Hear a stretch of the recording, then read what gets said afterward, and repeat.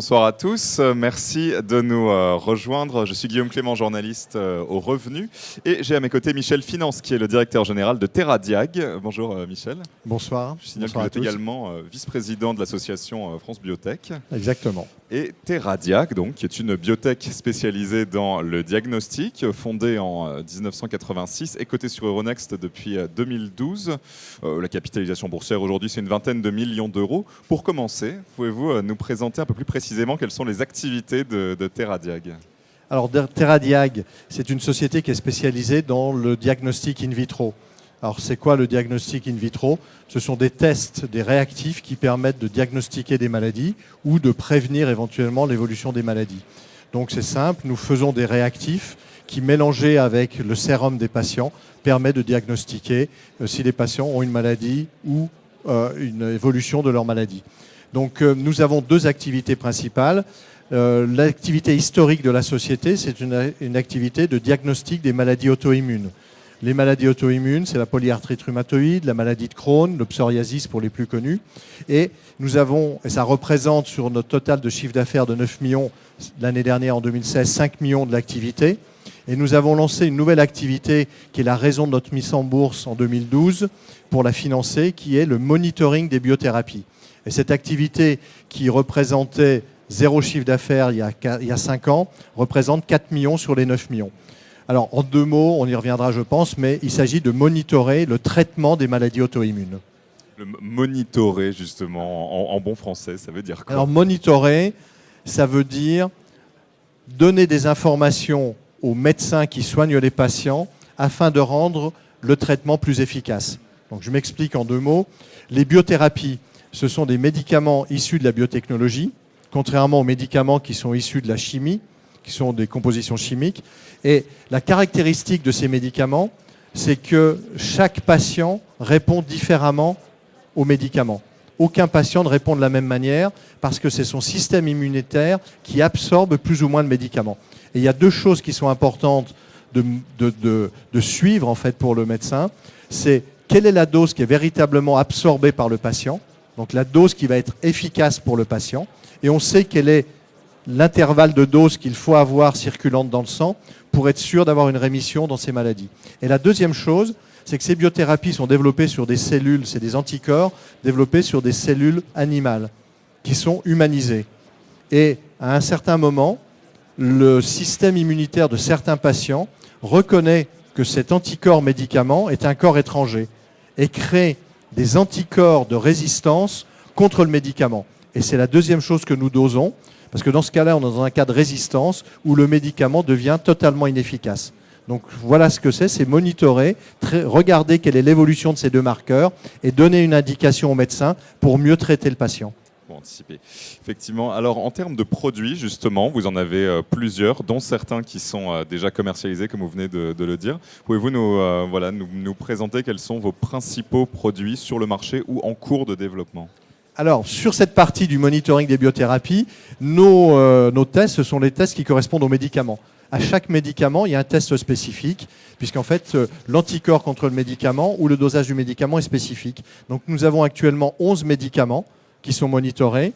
Il faut voir que ces médicaments représentent en vente, en termes de médicaments, plus de 40 milliards de dollars de chiffre d'affaires. Ce sont des médicaments très coûteux, qui coûtent en moyenne 15 000 €, qui sont vendus dans le monde entier, qui n'existaient pas il y a 12 ans, qui sont très novateurs et qui permettent de bien soigner les patients, sauf naturellement quand ils sont en rémission. Donc nous en avons 11. Nous avons la gamme la plus étendue dans le monde. Nos concurrents européens ou américains ont entre 3 et 4 produits. Certes, un seul en a 5. Nous en avons 11. Donc c'est important pour nous en termes de positionnement. Et notre engagement, c'est à chaque fois qu'un nouveau médicament arrive sur le marché, dans le cadre des maladies auto-immunes et inflammatoires, nous développons le test de monitoring de manière à avoir une gamme complète.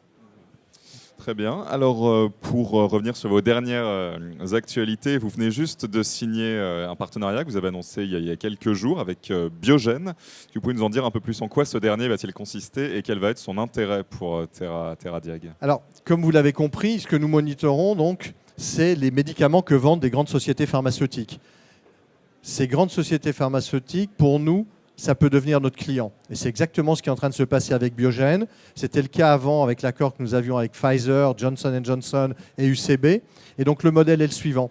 Chaque fois que la société pharmaceutique vend son médicament à des hôpitaux ou à des cliniques, ils offrent le test que nous avons développé.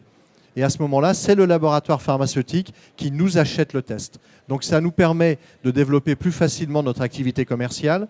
Ça nous permet également de prouver que l'intérêt du monitoring existe bien, puisque ce sont les sociétés qui développent les médicaments que nous suivons qui nous l'achètent pour le fournir à leurs clients, à leurs patients. Et justement, Biogen, il y a notamment du moins un client en France qui vous concerne directement. Vous pouvez nous en dire un peu plus Alors Biogen était notre client. On avait signé un partenariat avant qu'ils emportent l'appel d'offres sur leur médicament qui s'appelle le Flixabi, qui est un biosimilaire du produit Remicade, Infliximab. Et ils ont gagné l'appel d'offres il y a quelques mois des hôpitaux de Paris. Et ce qui est intéressant, déjà, c'est notre partenaire. Donc ça veut dire que tous les patients traités par ce produit aux hôpitaux de Paris nos tests à nous seront utilisés pour rendre plus efficace leur traitement. Et deuxièmement, ce qui était intéressant, c'est que l'AGEPS, qui est la centrale d'achat des hôpitaux de Paris, avait exigé dans l'appel d'offres que pour pouvoir gagner l'appel d'offres, il fallait mettre le test de monitoring. C'est-à-dire que l'acheteur et l'utilisateur, c'est-à-dire l'acheteur et l'utilisateur clinicien, ont exigé que le test soit dedans. C'est la première fois que ça arrive et c'est une reconnaissance pour nous de notre modèle parce que ça veut dire que ça devient quelque chose d'accepté. Nous avions été ambitieux, petite société de 70 personnes basée à Marne-la-Vallée. Nous avons lancé un nouveau marché, du monitoring régulier en routine des patients et ça commence à payer puisque non seulement les cliniciens, mais les sociétés pharmaceutiques et les acheteurs des médicaments commencent à l'exiger. Le demande. Est-ce que vous pourriez revenir également rapidement sur vos autres principaux partenariats, que ce soit aux États-Unis ou également en Chine?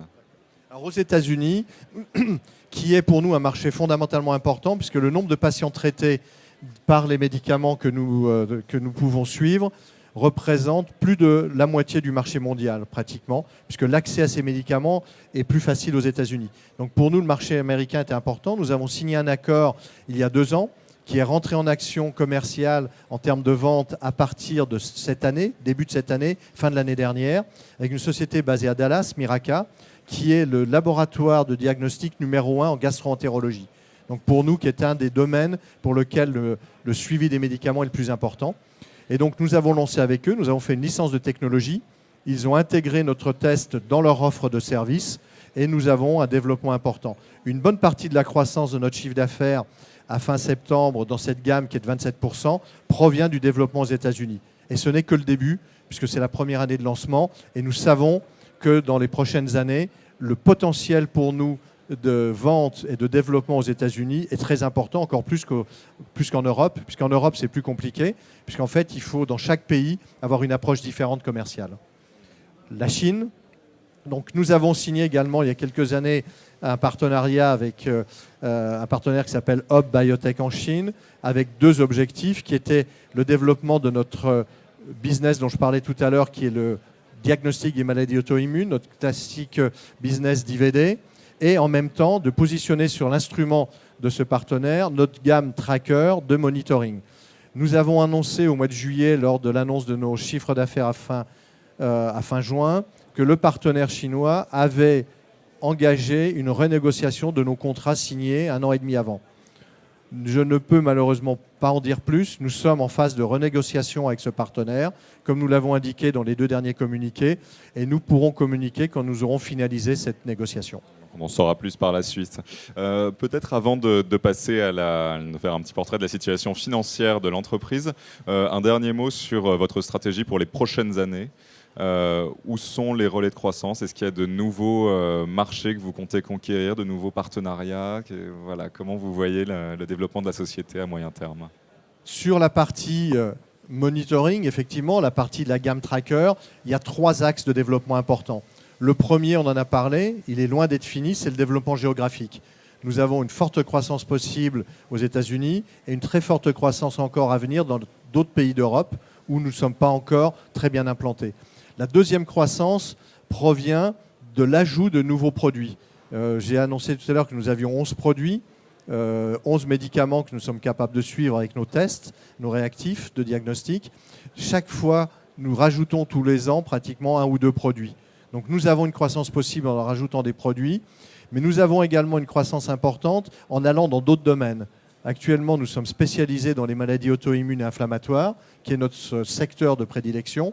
Nous couvrons tous les médicaments qui sont utilisés dans ce classe thérapeutique.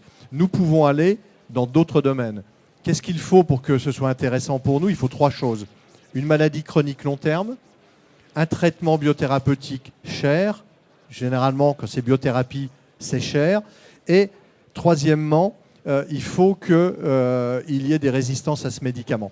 Nous avons des domaines dans lesquels nous pensons pouvoir aller dans le futur. Ça peut être le traitement et le monitoring du traitement du diabète ou de certaines infections, je dirais, dans le domaine du système nerveux central, comme la sclérose en plaques ou des maladies comme ça qui sont chroniques, long terme, coûteuses et de biothérapie. Donc c'est des choses que nous étudions. Ça va prendre un peu de temps parce qu'il faut, pour qu'il y ait un intérêt, qu'il y ait des données de publication médicale qui indiquent effectivement que ces médicaments ont besoin d'être suivis. C'est ce sur quoi nous travaillons et ça, c'est un facteur de croissance du futur.